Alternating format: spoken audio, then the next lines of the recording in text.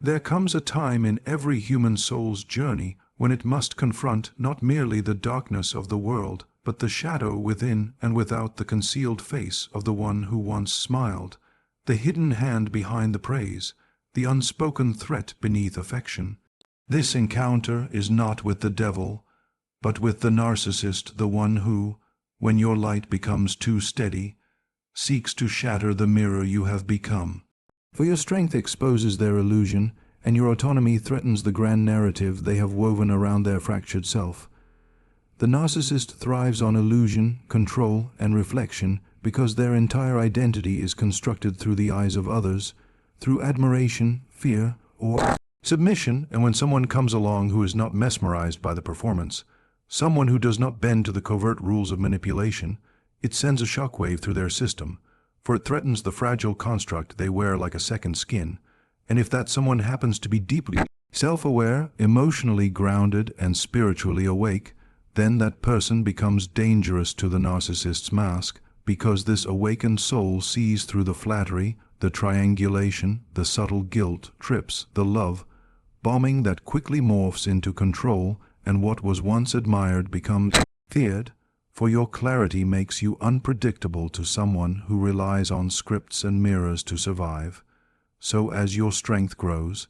so does their discomfort, and the initial seduction begins to break, replaced by criticism cloaked as concern,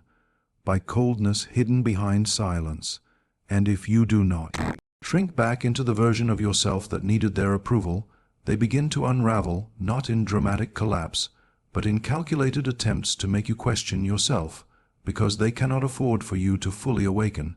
to walk away with both your truth and your dignity intact. So they revert to one of the oldest games in their book, emotional distortion, where they cast themselves as the victim and you as the villain, where your growth is recast as betrayal, and your voice becomes labeled aggression. And it's not because they don't see your strength, it's because they do, and that strength threatens the very scaffolding of their false self, so they try to erode it, not with fire, but with whispers, subtle enough to confuse but sharp enough to wound. They may say things like "you've changed," or "you don't care anymore," and suddenly you find yourself defending your right to evolve, defending your inner peace, explaining why it's not selfish to say no. And here lies the trap. They want you back in the role of the appeaser, the one who dances around their moods, but you've outgrown that role. You've stepped into your own narrative, and the moment they sense they can't control how you see yourself, they panic.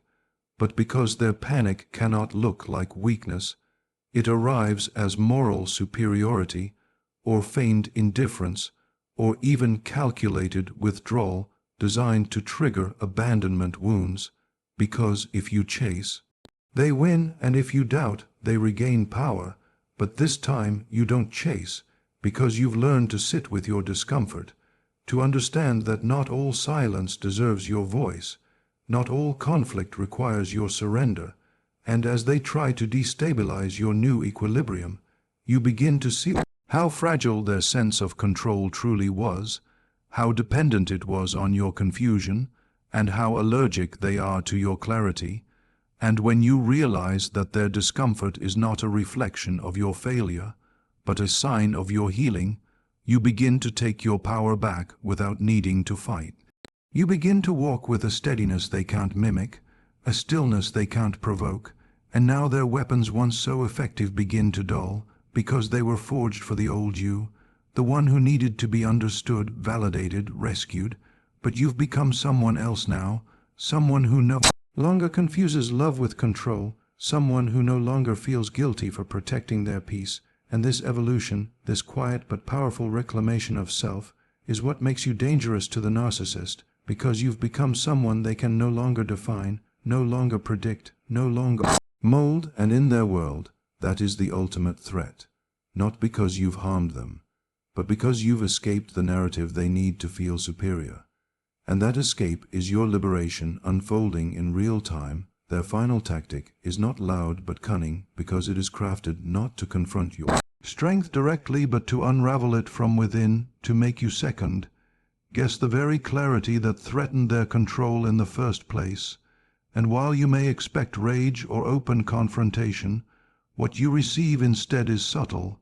a kind of quiet campaign of confusion that begins with small contradictions, twisted memories, reinterpreted motives, where things you remember clearly are now dismissed,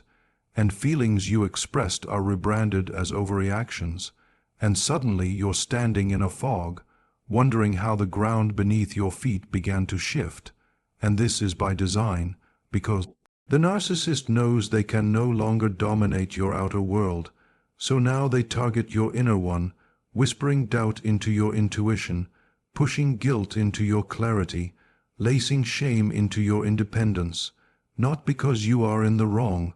but because they cannot bear to face that they no longer hold influence over you, so they try to make your strength look like the problem, calling your healthy boundaries walls, your detachment abandonment, your calm coldness,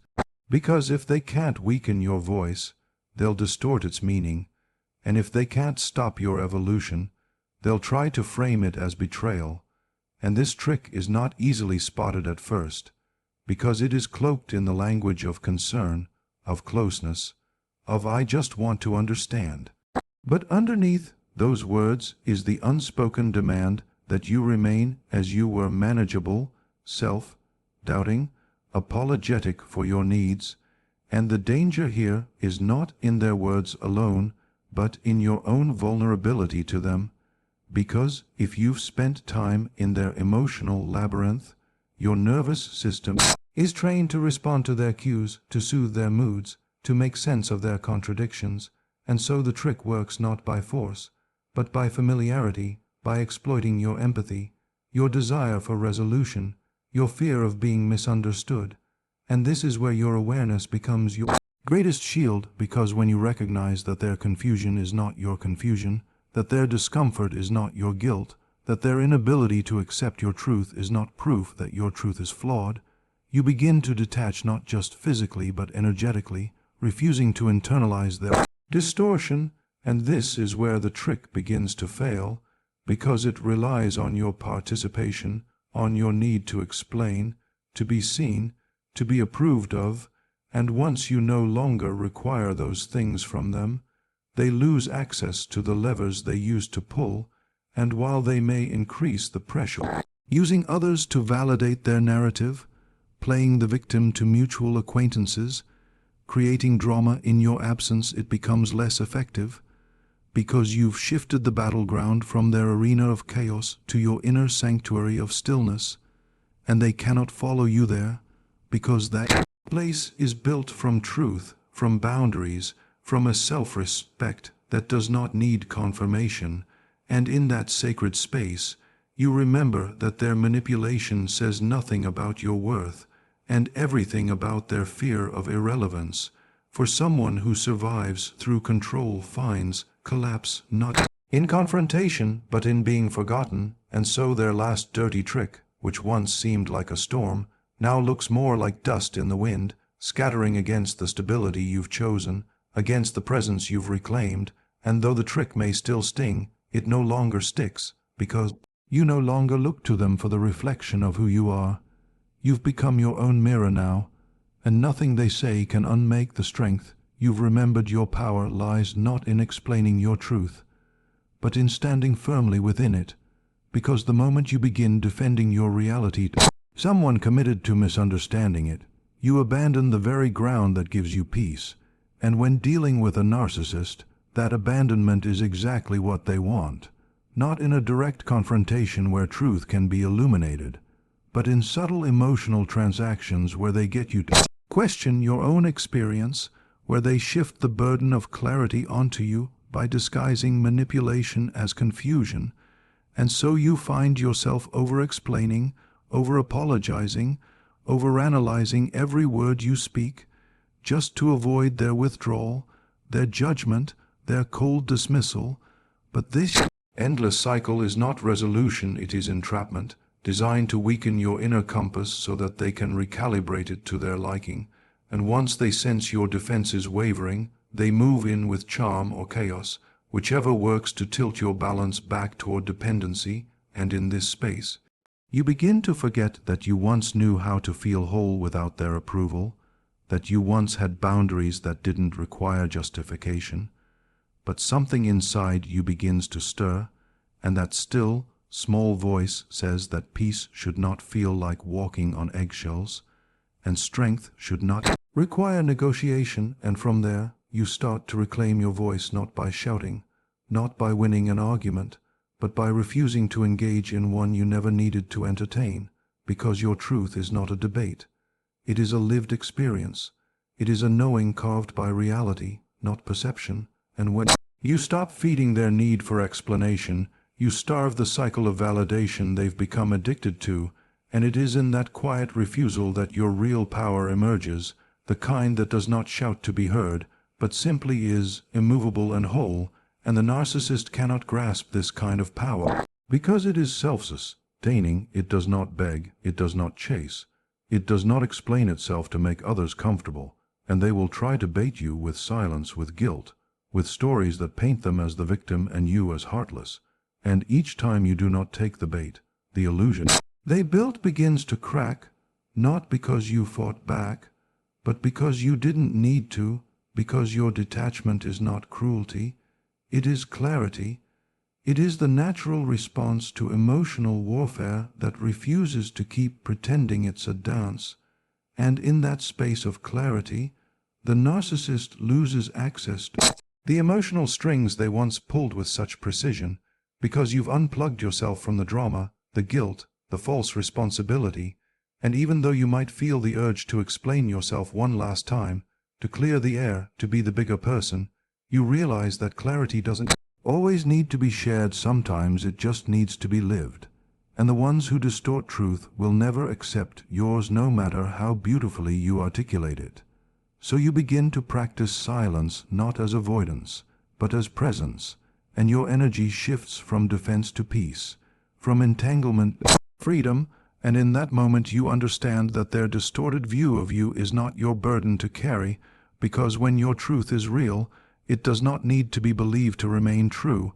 It simply continues being steady and undisturbed, while the storm of projection rages and fades around it, without ever touching what is rooted deep within. Freedom from the narcissist does not come from confrontation, but from clarity, from the unwavering understanding that your peace is not up for negotiation, that your soul was never meant to be held hostage by someone else's fear of irrelevance, and when you no longer require the narcissist to agree with your version of reality, you break a cycle older than this relationship, a cycle that says you must earn safety through compliance, through explanation, through the endless labor of proving your goodness to someone who twists every effort into further control. And this clarity does not arrive all at once. It comes quietly, like a light through fog. Each moment of silence you choose instead of arguing. Each boundary you uphold even when they respond with coldness or rage. And you begin to realize that their reaction is not a signal of your wrongdoing but a mirror of their discomfort, because the stronger you become, the more obvious it becomes that they have no real power except the power you hand them. And once that realization takes root, you no longer respond to guilt as though it were truth. You no longer take responsibility for their moods or believe that your sensitivity is the reason for their volatility.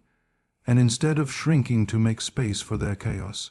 you expand quietly within yourself, reclaiming all the pieces you once scattered at their feet in the hope of being seen, being chosen, being spared from the punishment of their withdrawal. And now you see that love does not come with conditions designed to keep you small, that care does not require the erasure of your identity, that being strong is not being cold but being loyal in a world that often rewards self-abandonment, and the narcissist will sense this shift, and in sensing it, they will attempt one last maneuver, not to win you back, but to pull you down, because to someone who survives through dominance, your liberation feels like annihilation. And they will cloak this attack in pity, in charm, in nostalgia, or in blame. They will say you never really cared, or that you were the manipulator all along. And in that moment, your greatest test arrives, the test of whether you will let their story redefine your progress, or whether you will stand calmly in the truth that no longer needs to be defended, because strength is not about who speaks the loudest, but who listens to the deepest voice within, the one that whispers you are not cruel for walking away from what wounds you, you are not selfish for choosing solitude over manipulation, and you are not heartless for refusing to be a mirror for someone else's emptiness. And so the last dirty trick loses its power the moment you stop waiting for justice from someone who lives in denial, and instead give yourself the justice of peace, the justice of truth, the justice of moving on without bitterness. And while they may try to provoke you again, through silence, through triangulation, through sudden affection, it becomes clear that none of it holds weight anymore, because your healing is no longer a response to their behavior. It is a commitment to your own wholeness, and now you see them not as the force you must escape, but as the shadow you have outgrown. And this is what true freedom is: not the absence of conflict, but the absence of self, doubt in the face of manipulation, the ability to look at distortion and see clearly, to look at pain and still choose peace, to look at the past and walk forward without trying to change what cannot be changed, because your strength is not something they gave you. It is what emerged when they could no longer control you, and now it is yours to protect, not through fight, but through refusal to be pulled back into a game you never asked to play, a story you no longer believe in, a cage that can no longer contain you, and walk away knowing it was never your job to fix what they refused to face. Your job was to free yourself, and now at last you have.